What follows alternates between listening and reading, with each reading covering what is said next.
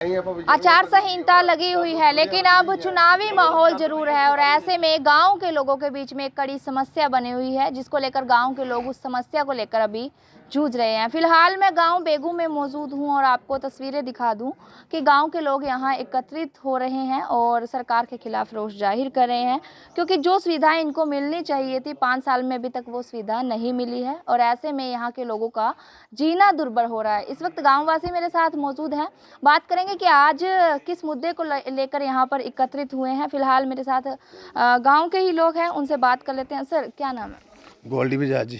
गोल्डी जी, क्या कुछ मांगे हैं, क्या मुद्दा है जो आज गांववासी यहाँ एकत्रित हुए हैं? सबसे पहले तो हमारे गांव का सबसे बड़ा मुद्दा है जी रिश्तियों का जी। इन्होंने 2 साल पहले भी 2 साल लगातार रिश्तियाँ बंद करे रखी जी। अब इन्होंने 3-4 महीने रिश्तियाँ की जी, फिर 28 दिसंबर को फिर बंद कर दी जी। उसके लिए ये हमने सरपंच की लेटर पैड पे भी लिख के दिया है जी, और इसके अलावा हमने एक डीसी साहब को एक लेटर दिया है। एक इनके पास लेटर आया हुआ है भी ये रकबा कमेटी से बाहर है, इसकी प्रॉपर्टी आईडी नहीं कटनी चाहिए। उसके बाद भी ये ध्यान नहीं दिया जा रहा जी। और उसके बाद सबसे बड़ी समस्या है हमारे पानी की जी। रंगड़ी गांव तक पानी आया हुआ है जी, बेगू पानी आने में देखो कितना टाइम लगेगा जी। पीने के पानी की, नहर के पानी की बहुत बड़ी समस्या है जी हमारे गांव में। एक जो लाल डोरे की रिश्तियाँ हैं जी, लगभग सभी गाँव की बटेगी जी, हमारे बेगू गाँव की अभी तक नहीं बटी जी। जो अपना सीवर है जी, वो मिल्क प्लांट तक आया हुआ है जी।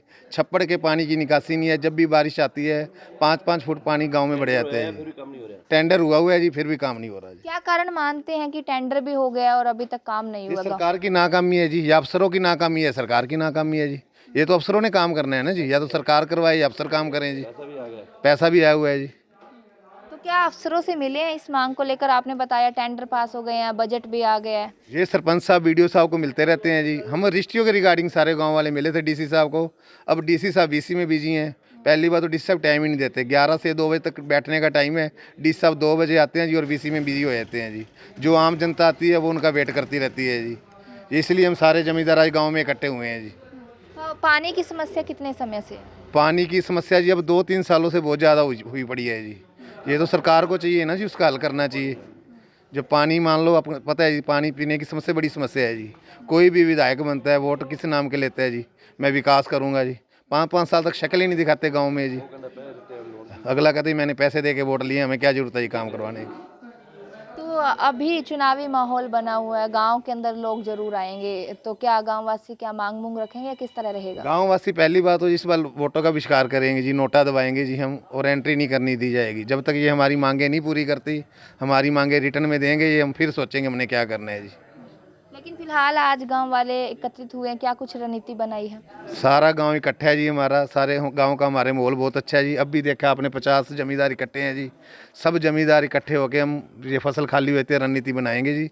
सारा गांव इकट्ठा होकर बहिष्कार करेंगे वोटों का जी।